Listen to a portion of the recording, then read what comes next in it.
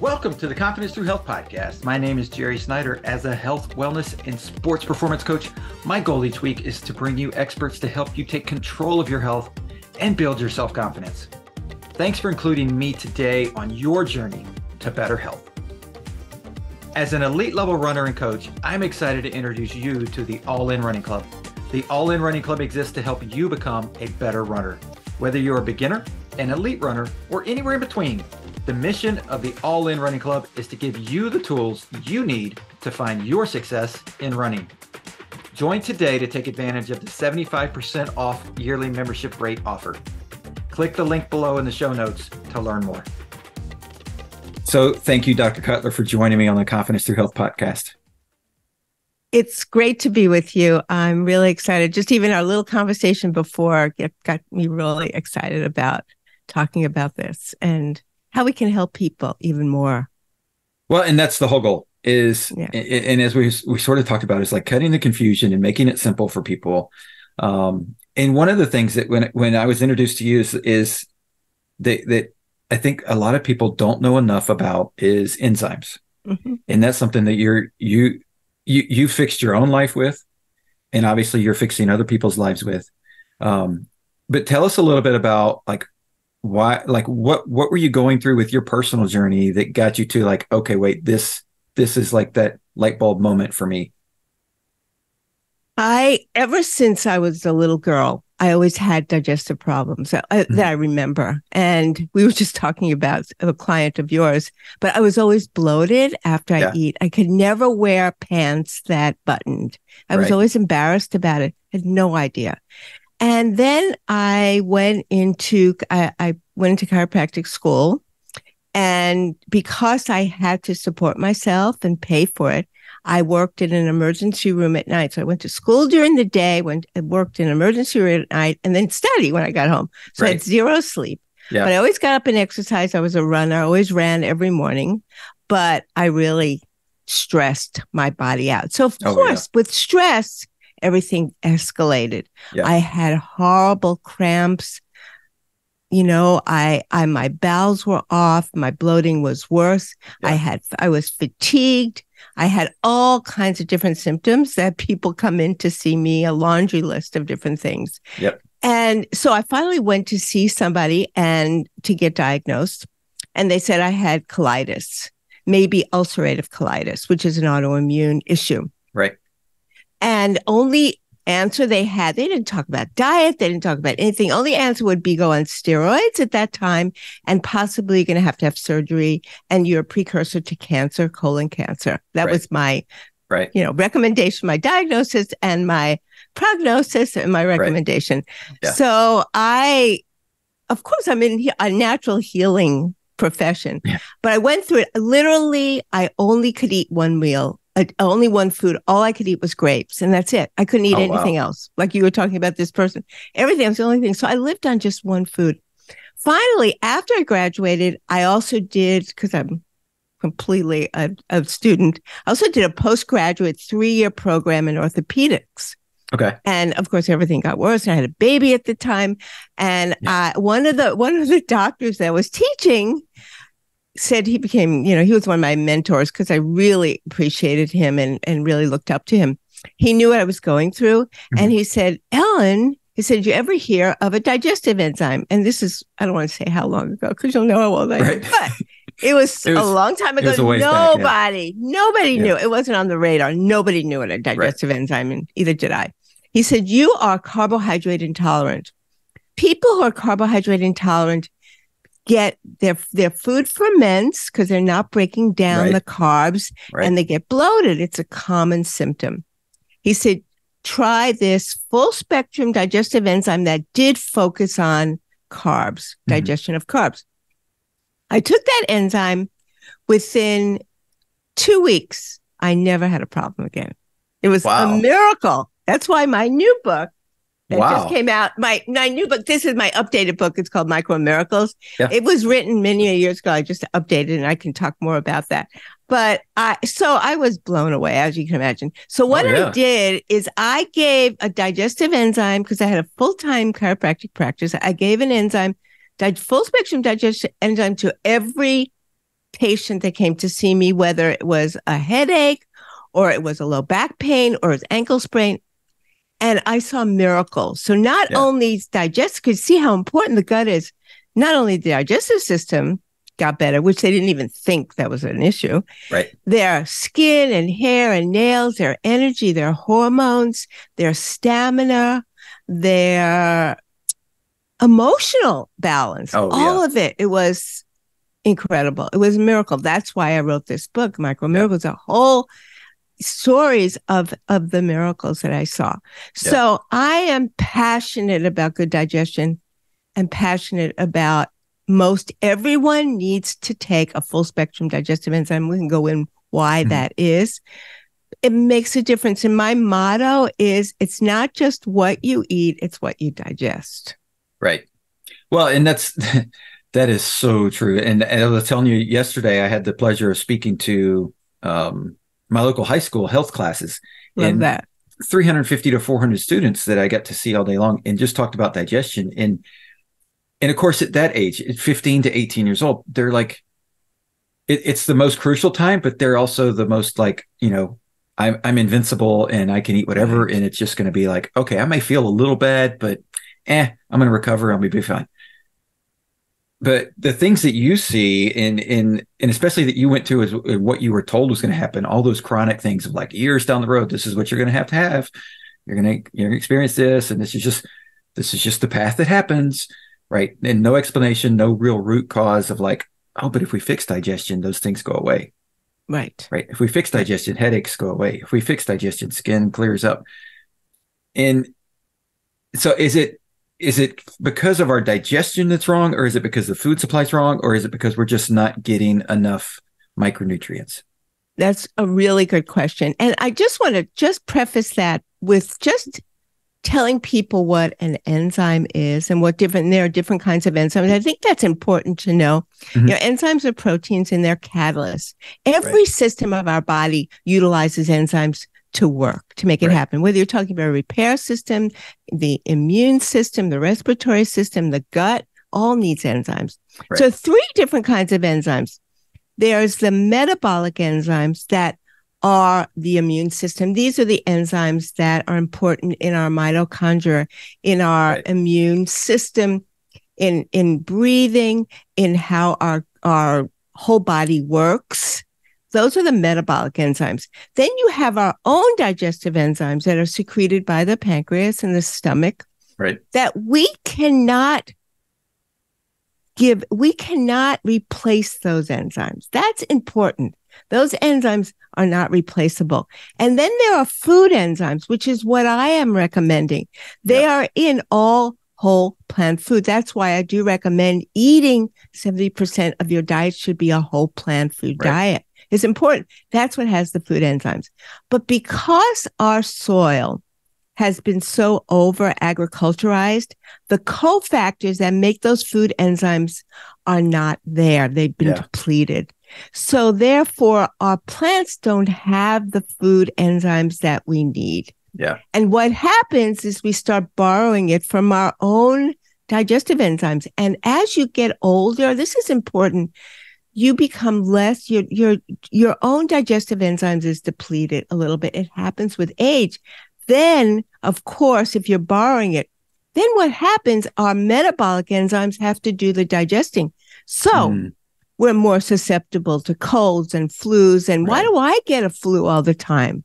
I always, from Halloween to January 1st is always, to me, the worst time of the year because people are eating these empty calories. On top of that, they're not digesting their food. Their immune system is compromised, so they get sick. January 1st, start getting sick, right? And so that's what happens. Or we're inflamed and our body doesn't deal with the inflammation. So our metabolic system is compromised. Yeah. So that's why when you take a digestive enzyme, it's so simple. I think it's the number one most important supplement to take.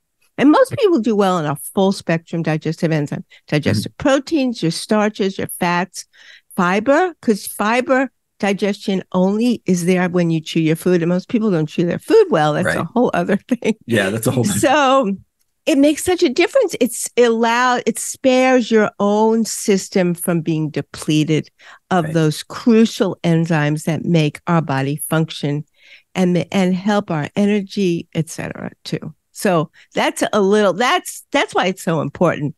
And most people don't know that. And it's critical for health practitioners, I believe.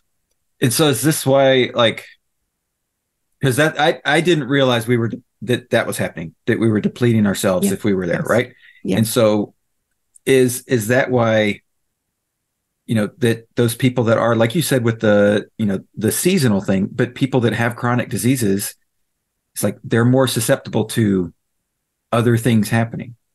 Yes. And I think we've all heard this, or we've all seen this, and even like almost into a joking manner. Sometimes we say, like, I don't want to go to the hospital because I know I'm going to get sick if I go to the hospital.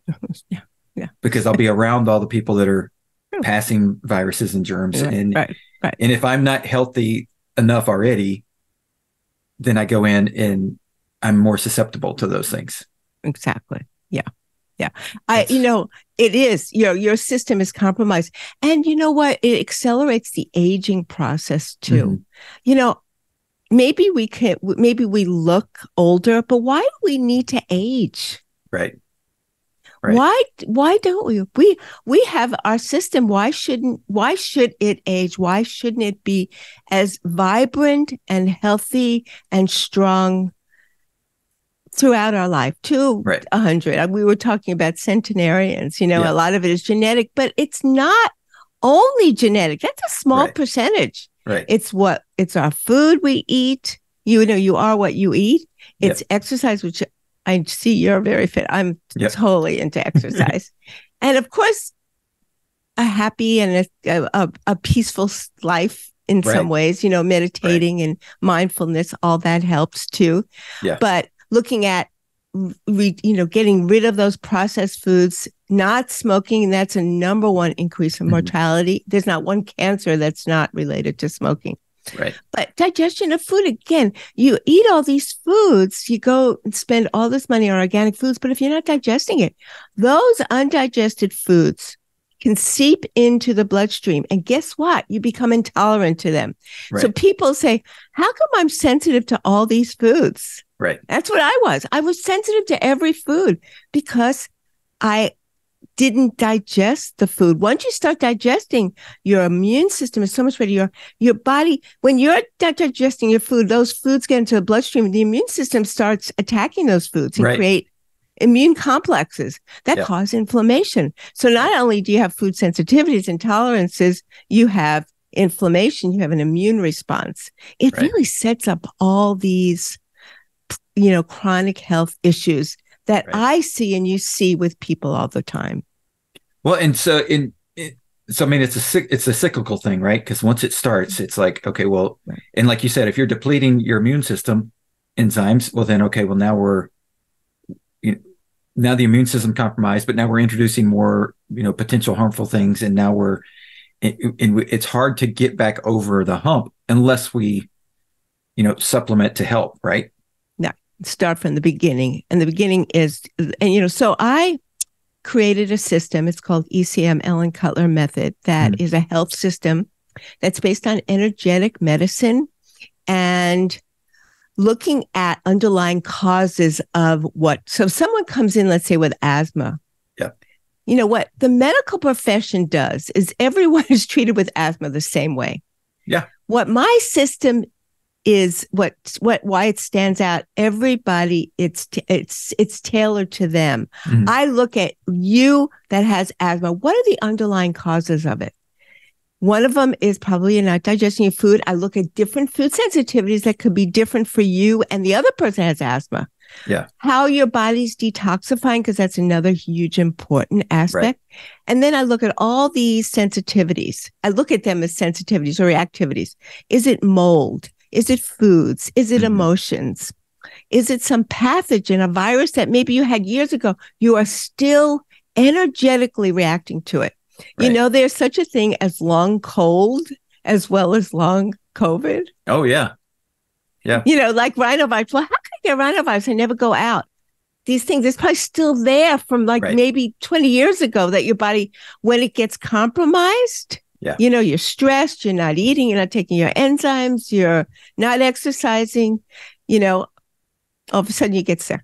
Yep. And Yep. it's not because you got it from someone else, it's that you have some of these viruses. So my work in doing that helps clear, and I desensitize people to many of these different reactivities that is causing these particular chronic health problems. So that's what it's about.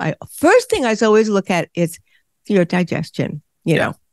And then there are some people that are poor, they don't digest fat that well, they don't digest protein, and don't digest carbohydrates. The food you crave the most is what you're probably most sensitive to and what you're not digesting. So if you crave a lot of protein, you're probably not digesting protein.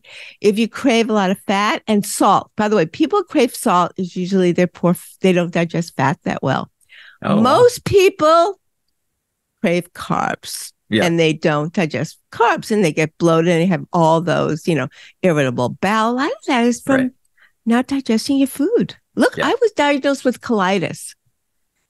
Most people in my situation who are listening right now probably are taking drugs for that. Oh, yeah. I never took a drug. I've never had the problem again. I was cured. Isn't that incredible?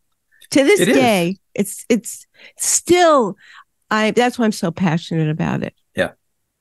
Well, and it's incredible, but it's not like difficult. It's not hard. It's one of those things that like you have to find the right person that's going to be able to tell you what's really going on versus, let's give you something to make you feel better from a symptomatic standpoint versus, as you were talking about, like, okay, well, you're having reactivities. That's the symptoms.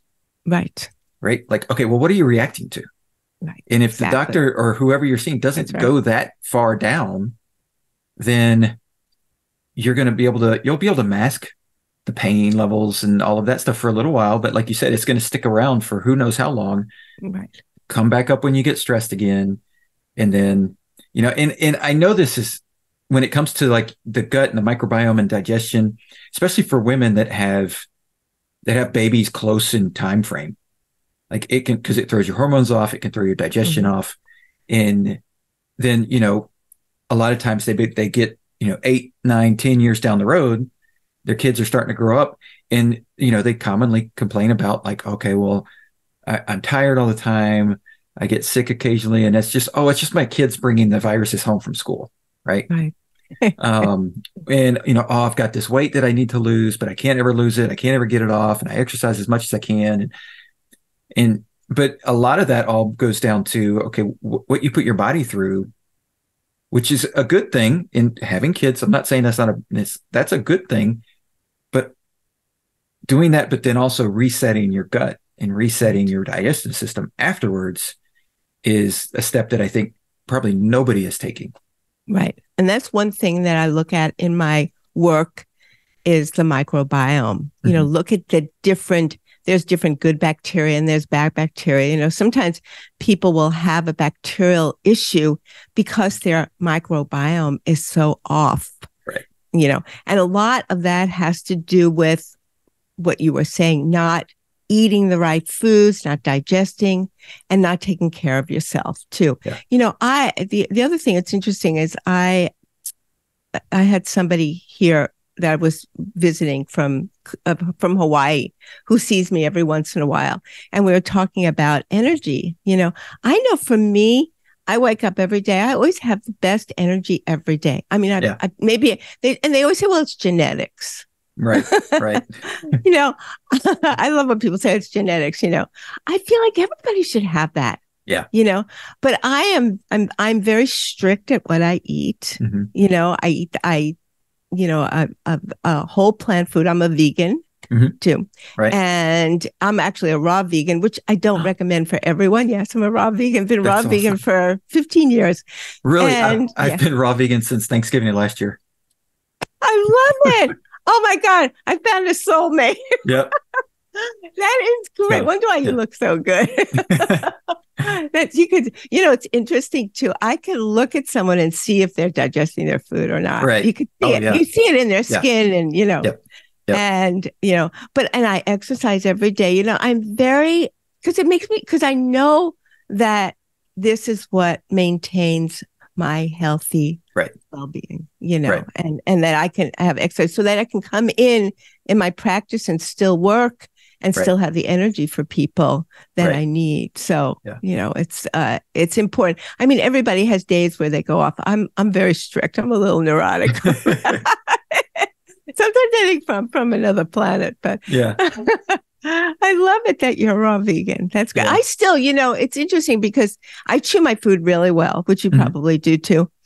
And you'd think you probably didn't need an enzyme if you chew your food well, but I still take it all the time because, like I said, the foods that we're getting don't have those food enzymes that they should, and probably did, Yeah. Well, and that's as an athlete, because I'm a runner and I still compete, and so as an athlete, there's things that I supplement with, that even though I know I'm getting the right vitamins and minerals, but like you said, it's the soil. From like back in the 40s and 50s, it's like 50 to 75% depleted. Yes. What we get now. And so it's not even it in the GMO, non-GMO is a whole nother, an organic, that's a whole nother conversation. But just that level of vitamin depletion in our food source means that you got to eat either that much more of it, right, exactly, or supplement with something. And so it's, and as you're active in doing things at least for me, what I've noticed is that, like, okay, if I'm super active, like that, those vitamins and minerals, they help me not just in that activity, but throughout the rest of the day. Right. I'm not just taking it just because I want to run faster or longer or whatever. Like I'm taking it because I also want to operate at 3:00 in the afternoon. Right. Exactly. Right. And not have that dip, where some people say they do. Right. Yeah. And well, us raw vegans, we need B12 because B12 is only in animal food. And I do a lot, people say, well, Dr. Cutler, can you just put up like on your, in your clinic exactly what you eat? Because I want to have the energy you have, and so, it's like I have my green drink. I mean, I do intermittent fasting most of the week. So during lunch, I'll have a green drink and I put maca in it. I have spirulina. I put creatine. I use creatine too, because that helps me with, although it's better to do it after you exercise, but I never eat anything really after I exercise. But, I use, that's my green drink. And I basically eat one meal a day, which is at night. And I just have a big salad and put all kinds of things in there. It takes me forever to eat it, Right. So. Right. Well, and that's, so one of the things that and I had kids ask me this yesterday when I was talking to them. One of the things that I find is interesting is that, because I grew up eating, hamburger steaks. I grew up in Louisiana, so I had a lot of seafood, a lot of crawfish, like, and I didn't move to the vegan side of meal planning until almost 6 years ago. So I'm still relatively young into that side of things. But one of the things that I've noticed is that like you said, I don't have to eat a ton of food. Right. Which I thought was surprising, because I thought, okay, well, if I'm not going to have this and I'm not going to have that, then I'm going to have to eat more and more and more to be able to still do what I do. And like the last, as a long distance runner, I'm in my quote unquote off season. So I'm like building a high foundation of mileage right now. Right. And so the last 5 weeks, I've averaged 60 miles or more a week of running. Wow. And I'm doing it on like 16 to 1800 calories of food. And, when I said that yesterday, these high school students, their mouths just dropped, because they were like, what? Like, we're being told we have, and they assumed I was eating like 3,000, 3,500, all these huge amounts. And I'm like, if you don't have the filler stuff that they put in food when they process it, then you really don't have to have all that extra calories. Exactly. And, and one of the things too, I have found too, when you digest your food, because you're optimizing your nutrition, you're getting Mm-hmm. more of the vitamins, minerals. You really do crave foods less. It does happen. And it's very, very, it's advantageous in if you're trying to lose some weight too, because most people, because all the diets work. Right. Really. Right. I mean, to lose weight, you just have to eat less. Right. Really. Yeah. But the thing is, people crave foods and they can't do that. I crave when you chew your food well and you digest your food, you feel full. I mean, people eat so fast, they don't even know that what they ate, that they're full, that they should stop, So digesting your food is another avenue to support good, stopping craving, as well as, also too, we were talking about food sensitivities. When you take a digestive enzyme, 80 to 90% of those food sensitivities are eliminated. Oh, wow. Yes. That's huge. Yeah, it's big. Sometimes to me, it took 2 weeks, but then I could eat what I want. I still didn't eat, there are some foods I think that are inflammatory that I don't recommend or don't recommend for myself, Right. But, some of the carbs that I think is not necessary, really. Yeah. But most food sensitivities are because you don't digest your food. Taking a full spectrum digestive enzyme makes such a big difference. And I have never not met anybody who's come to see me that didn't have food sensitivities. Yeah. Because it's if you're not taking a digestive enzyme, if you're not digesting your food, there are food sensitivities. And you don't think that they could cause headaches or they can cause blurry eyes or brain fog or a poor immune system or muscle weakness and low energy. All those things are a result of not getting the nutrition. So instead of taking all these vitamins, which people do, and then I say, if you're not digesting your food, how are you going to digest all those vitamins? Right. It's so unnecessary, expensive for people. Yeah. And then they just have, expensive urine, really, because it's not being utilized. As I get older, as I work with people, I'm less and less interested in supplementing with all kinds of different things. Because literally, if you read what I read all the time and you take everything, your whole day will be about taking supplements. Oh, yeah. Well, and I tell people that, like, when they come to me at the beginning for a nutrition change, and a lifestyle change, and they're like, okay, what vitamins do I need to take? And I'm like, don't take anything. Good. And they're like, well, what are you talking about? And I'm like, you're not absorbing it anyway. Exactly. So like you said, like, you're just going to waste the money. So let's wait like 2 or 3 weeks. Let's get to where we know we're absorbing things a little bit better. Then we can supplement if we need to. But, right now you're seeing like a lack of energy. You're seeing a lack of energy is probably, if it's not sleep, okay, you're sleeping fine. Okay, great. If you're exercising a little bit, that should boost your energy level. If you're still not getting energy, okay, well, it could be B vitamins or something else that's off. But it might not be that, because you just might not be absorbing it. Exactly. And like I know people that have had blood tests and they've come to me and they're like, my doctor says I'm deficient in this, but then they did a blood test and there's plenty of it in my blood. And I'm like, okay, so that's the problem, is not absorption. Problem is your body doesn't know what to do with it because it's not absorbing something else.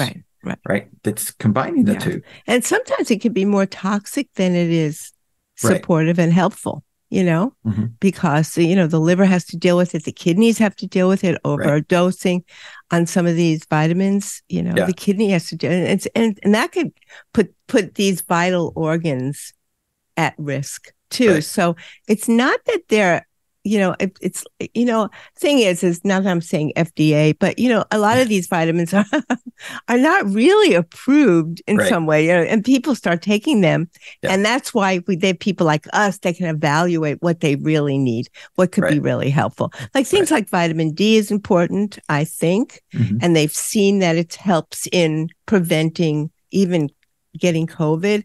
And even there's a new study out that came, it even helps with depression. Yeah. Taking vitamin D, which I thought was interesting. So that's something that I take every day, vitamin D. Yeah. But other vitamins I stay away from because I never saw they really helped. That was the other thing. I remember when I got sick, I went to, I'm not going to say the company because they're a good company, but I went to a practitioner, put me on all these supplements. Yeah. And of course I got worse. Right. I wanted it to work so badly, and I just got worse and worse, Yeah. So I realized I learned that from and so when people come to see me, they bring in sometimes a suitcase of supplements. Oh, sure. And I test and see if they're good for them and if they're sensitive. And often probably 3/4 of what they bring in, they're sensitive to, so. And that's also medications as well. I had one woman came to see me maybe about 2 years ago with mast cell activation syndrome, which maybe people don't know, but it's people who have that tend to have a high histamine reaction to foods and environmental, and their histamine causes a lot of different symptoms. Right. Symptoms of histamine would be redness and swelling, and which is most common too. But now they've seen that if you look at somebody with mast cell syndrome, it can cause all kinds of other symptoms, from GI problems to fatigue, chronic fatigue, even achiness, joint problems, headaches, etc. too. And I looked at it and I said, Gretchen, I said, let's get you off all of these. And she looked at me and she got so angry. She said, there's no way I can get off. I went to see the specialist in New York and blah, blah, blah. You have to be on this forever. And I said, I think we can work together and get, and I think she liked me. Otherwise, she probably wouldn't have stayed. Right. And maybe a year and a half later, she's on one medication. She was on so many. And she said, you said it. You said I can get off of it. Yeah. And she can eat all the foods pretty much and hardly shows up. It was like she said, I'm going to have this mast cell for the rest of my life. And you know what? No. Right. That's why it's so hard when people are diagnosed, you have fibromyalgia. It's terrible to diagnose and they think, I'm going to have that for the rest of my life. Yeah. That's why when people come in, I don't treat the disease, I treat the person. What are your symptoms? And like we said, it's not that, it's darn simple sometimes. Yeah. It's how you're detoxifying. What are you digesting? What are your food sensitivities? What else are you reacting to? And sometimes it's emotional. It's emotional trauma too. It's relationships. It's the person they're living with, or it's children, or it's their parents or whatever. That we can't neglect looking at that as well. Right. Well, that stress, the stress that we're under, no matter where it's coming from, the stress that we're under affects our digestive system. Yes. Like because of the hormones that we're releasing and the neurotransmitters and whatever we're releasing that to deal with the stress, to be able to just continue on with life.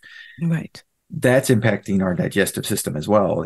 And which again goes back to another circle and cycle of like, okay, well, if our neurotransmitters are being created more in our digestive system, in our digestive tract, and we're not digesting well, then, and again, like I told the students yesterday, I was like, if your digestive system is not working well, you're not going to test well in school. Right. Exactly. Like it's not going to, because you're not boosting your brain enough to test well. So make sure that you're, and so, and I told them, I said, and of course, talking to high school students and you start talking about constipation and, there's giggles and laughter and all that stuff. But I'm like, seriously, guys, like this, if you're constipated, your brain will start to feel the effects of it and you'll start to have issues. And so don't be like, okay, I'll just get over it in a couple of days or, a week from now, I'll feel better or whatever. Like, no, you need to address it like right away because it's going to impact your test scores, if nothing else. Exactly. Definitely. But I wanted to just, because some people say, well, how come what other factors can cause poor digestion? Talking about emotional, I have a twin brother, and every dinner table, my parents would have a fight. This is every time we sat down to eat. We always ate together. Right. And my father would leave and my mother would sit there and cry. Right. I mean, this is what I remember. Yeah. It probably didn't happen every time, but it happened a lot. Right. And wonder why foods were, I was eating. That's why I never liked to eat at a business meeting or when I'm emotional, because I don't want to get those food sensitivities again. So I believe a lot of that happened as a result of what happened at the dinner table when we were eating. Yeah. So, eating is a sacred time. Yeah. Sit and chew your food well, and eat whole plant foods mostly. Yep. And take your digestive enzyme and, don't get into an emotional charged situation, whether it's happy or sad or, argumentative, it still affects you. I believe that. Yeah. It's true. Well, and I think that, I think like you said, so one of the best things that you can do is to like calm yourself before you have that meal, right? Like just take a few seconds and whether it's prayer or meditation or whatever, but just take some time to just calm and be grateful for the food that's in front of you. Right. And like you said, with whole food, with whole plant food, like there's an energy to it. Mm-hmm. And you might not realize it. And I realize it more and more the farther I get away from cooked food. Like I realize more and more like, oh my gosh, this has energy. And like, I don't want it to sit in the refrigerator for 4 days after I got it from the grocery store to then, consume it. It's like, which I get means I have to go to the grocery store more often, or the farmer's market or wherever I get my vegetables. But there's something about getting it as fresh as can be, the energy that it gives you. And it has a definite mood changing effect to it in a positive way. Yes. At least that's what I've experienced. And I think that part of that is obviously neurotransmitters, hormones, enzymes that your body is dealing with and has flowing around versus having, for lack of a better way to put it, dead, cooked, overbeaten, overprocessed food that has no energy to it anymore. Right. Yeah, exactly. I also, you were talking about hormones. I was thinking, as women go through menopause, many women have a lot of symptoms. And of course, the estrogen is lower. That could be part of it. But why is it that some women don't have symptoms? Like, for example, I never had anything like that. And I do believe that it has to do with digesting your food, again, eating those live plant foods and avoiding sugars, which are empty calories, avoiding alcohol, which is another big one too, that, that women can be very sensitive to, as well as other foods they eat. They tend to eat other foods. So, I'm not, I've always been against hormone replacement therapy, although I've been reading a lot more about it. And, supposedly there might be changes. There's always new data at this point. Taking it is probably is not that much of a risk for breast cancer, if at all, some of them. But still, it's taking a drug that maybe you don't need. Maybe if you eat more plant food, maybe if you digest your food and you exercise, maybe you don't need it, because there maybe is some risk that they might find next year they'll say something else. You know what I mean? Yeah. And it is individual too. Like it's hard for me when I look at these studies. They're all, it's like when I look at someone, they're so different individually. So how could you make a statement that really relates to every single one? Right.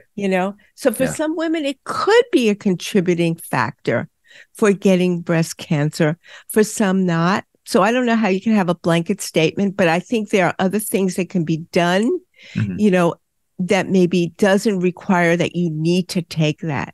And again, going back to a healthy gut is the most important, I think. Yeah. I know for myself something else too, that I realize that if you come into work and your guts doesn't feel right, you can't function that well. Oh, yeah. Your attention goes right there. Right? Yep. I mean, it was so hard for me in school because I was I always had issues there. Yeah. I had to transcend it, overcome it, but it was difficult. Yeah. But I can work. My intention it's not that upsetting feeling that something's going on there, Yeah. So it's the center of your body. It's the center of your health. It really is. And the brain as well. You can't think right. And if your gut is not working, if there's dysbiosis there, for sure. Yeah. And so is you're replacing enzymes or supplementing with enzymes. I shouldn't say replacing, but supplementing with enzymes. Good. Is there anything that we can do to help the body start increasing its own production? Or is it just once it starts to decrease, sort of like the basal metabolic rate, once it starts to go down, you're not really going to get it to go back up? No, that's a really good question. Because people say, well, don't you get addicted to enzymes? Your body gets dependent on it. It's the opposite. Okay. Because remember, these are food enzymes you're replacing. Right. It's not you're supplementing with something that you can't really place in your body. So once you start digesting your food, your own digestive system works better. Gotcha. So you deplete those enzyme reserve less. Right. For sure. And then as you get older, it does happen as you age. They become, they're depleted a little bit, but you can save that process of more depletion by taking a good full spectrum digestive enzyme before you eat, which again are food enzymes. Right. So they're not really like supplements. They're really like eating food. Yeah. Getting the enzymes, but we need a little extra extra help. Support. For that. Does that make sense? Yeah, totally. Yeah, good. Totally. Good. Yeah. Because that's a question that people ask me. I'm going to become addicted. No, it's the opposite. Right. And then, to go back to the chewing of the food, because I know this is and correct me if I'm wrong, but like your salivary glands, they'll start excreting saliva, like the whole Pavlov's dog thing, like it's, and for a lot of people, especially in Texas where I am, like if you put chips and salsa on a table, people start mouths just drooling, just watering, right? Because you can already taste it and smell it. And like my mouth's watering now, just even talking about it. Because I love that. That was probably my biggest, like people ask me like, how hard was it to give up hamburgers? I'm like, it wasn't that hard. Okay. Well, when you went raw, what was it like? Chips and salsa? Like, oh my gosh. That's hard. But if we eat too fast, we don't, because the mouth produces enzymes. Right. The ptyalin is the saliva, the enzyme in it's saliva. Very important. Yeah. And that's that is different digestion from food all the way until you get to the stomach. So it does a lot. It's very important. Yes. Yeah. So if we're not getting that because we're not chewing our food enough, which is a double-edged sword because we're not breaking down the food enough, but we're also eating so fast, we're not getting enough of those enzymes to go down with the food. And so, I watch these commercials. My husband really likes football, so I tolerate it. I sit there, I read while he watches, because I could care less about it. But anyway, I tolerate it. And I see these commercials. Oh my God. I totally live on a different planet, chips. And they don't even look good on there, when and I think people eat this dead food, it's like, how can you not feel dead if you, I'm sorry, I maybe too down on it, but it's when you talk about their stuff in their mouth, like Thanksgiving is it right. Yep. Did you go through a Thanksgiving already since you've been raw vegan? Well, what's funny is that I chose Thanksgiving Day as the day to start last year. For you. So, it was a little, because I've been telling my wife she needed to do a fast to help with her digestive system. And last Thanksgiving, the kids were at the grandparents for the week, but she still had to work until Thanksgiving Day. And so I was like, there's no kids around. We don't have to cook for anybody. It makes it a lot easier. I was like, let's just do a water fast. Which, for me, I had to be very careful because I don't really have the fat to live off of for that long period of time. So I supplemented a little bit with the shake here or there, but just to be on the cautious side, but helped her as support and motivation to help her go through it. And so after we did the fast, that's when I was like, what if I just started this now and just see what happened? Right. And so it was an odd day, to say the least, to be able to start that on. I love it. But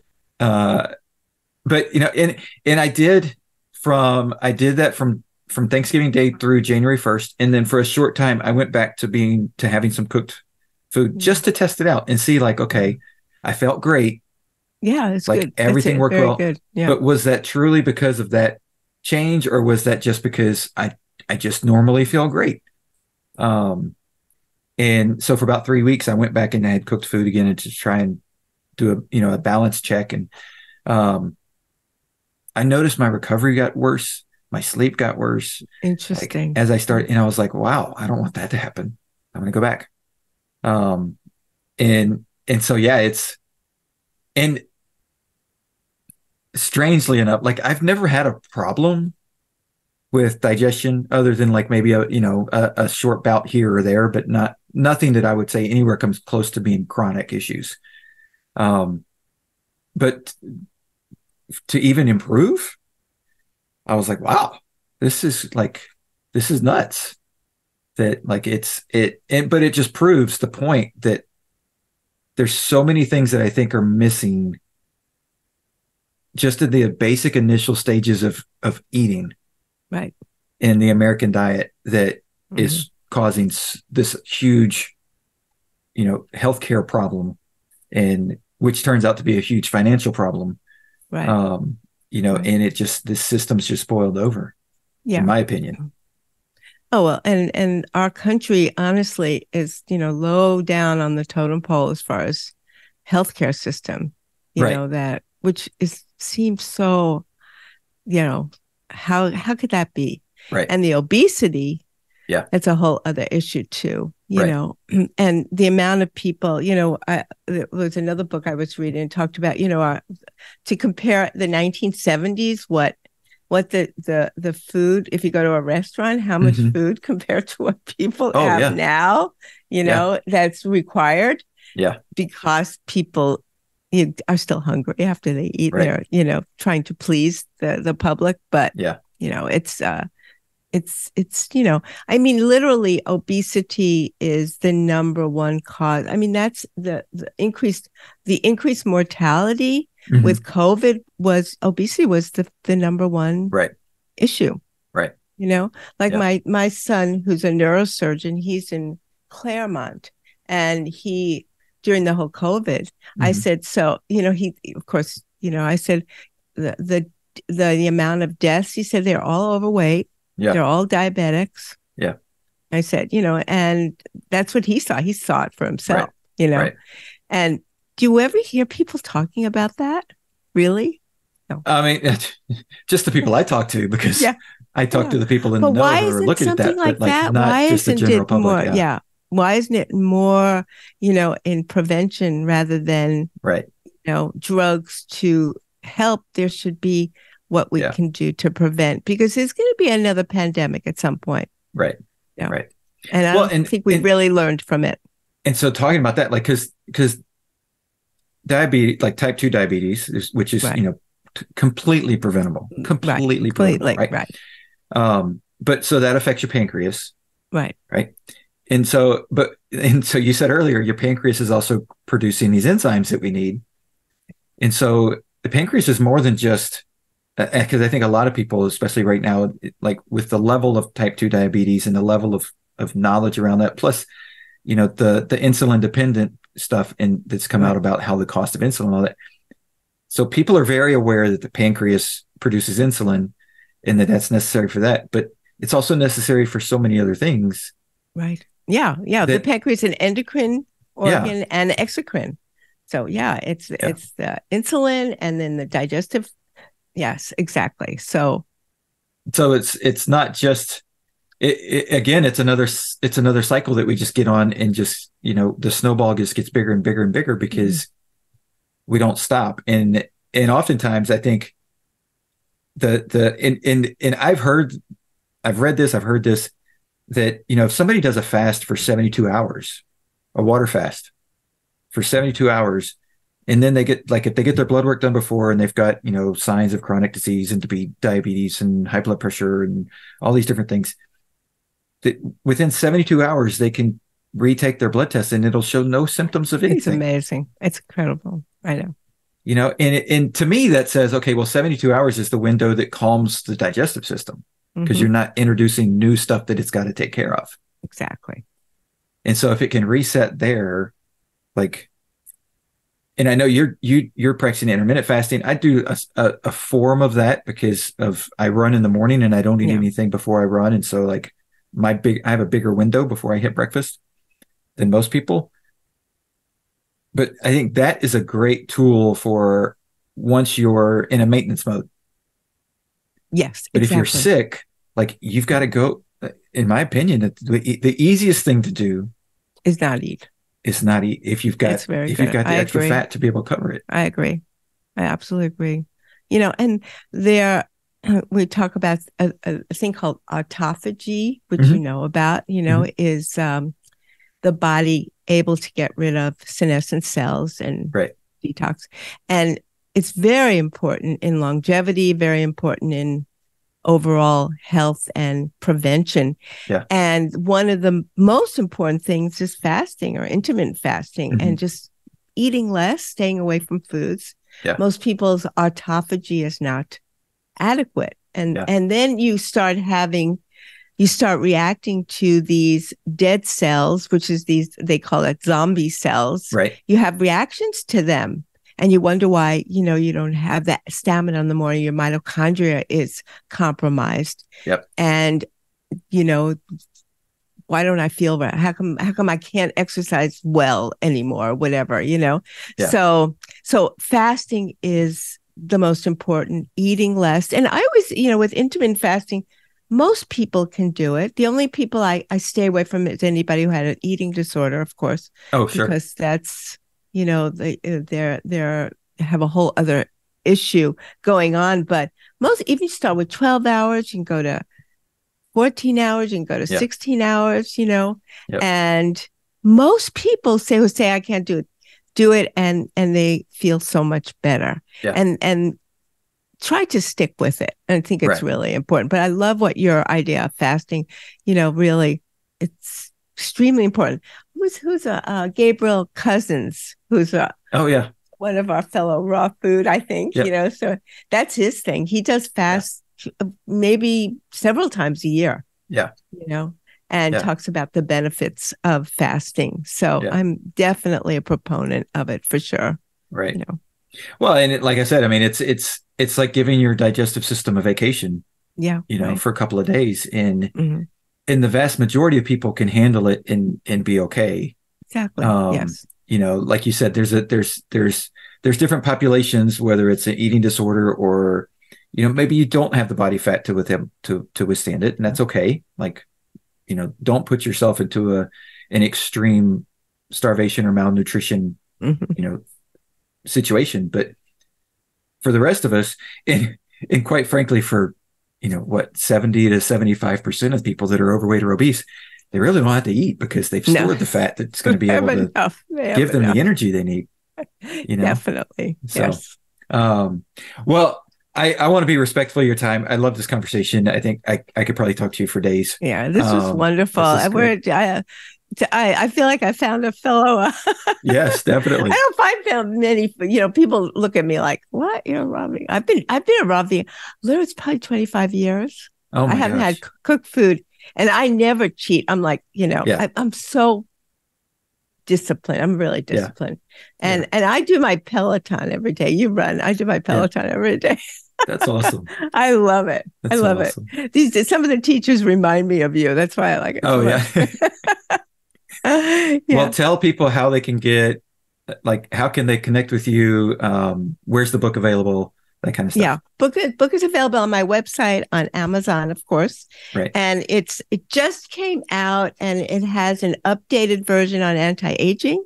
Awesome. And a whole new, which you're going to love, chapter on COVID and pandemic and enzymes. So really, really important, especially with people with long COVID. Yeah. And my website is drellencutler.com.